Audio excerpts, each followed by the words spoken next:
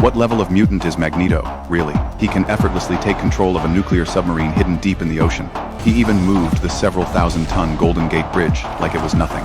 Even Omega-level mutants barely get his attention. Even though Magneto's powers seem insanely strong, his childhood was incredibly tragic.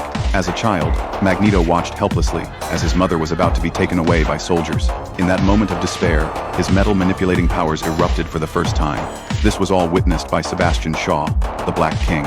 Shaw forced the young Magneto to move a coin with his powers, or he'd kill his mother. But because he was too terrified, Magneto failed, and his mother was killed because of it. Staring at his mother's body on the ground, Magneto completely lost control. He crushed the soldiers' skulls with his powers. Years later, after Magneto grew up, he never let go of his desire for revenge. He infiltrated Shaw's yacht to assassinate him, but the White Queen stopped him and knocked him into the water. Luckily, Professor X saved him. The two eventually became good friends. For the first time in a long while, Magneto felt genuine happiness. A few days later, Shaw sparked tensions between the U.S. and the Soviet Union, pushing both sides toward war.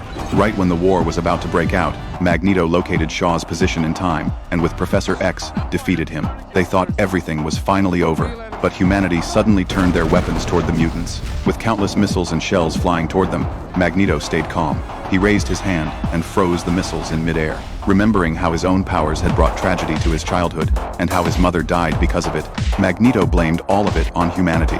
So he redirected the missiles back at the humans. But Professor X refused to let him do that. The two argued, and ended up in a physical struggle. During the fight, a deflected bullet hit Professor X in the spine. From that moment on, Professor X could never walk again.